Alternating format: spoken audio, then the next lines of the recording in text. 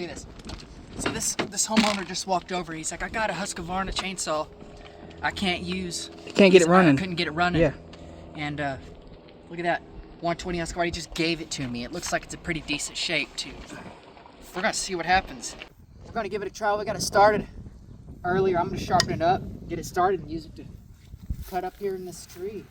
I'm gonna sharpen it first. Okay, that's good for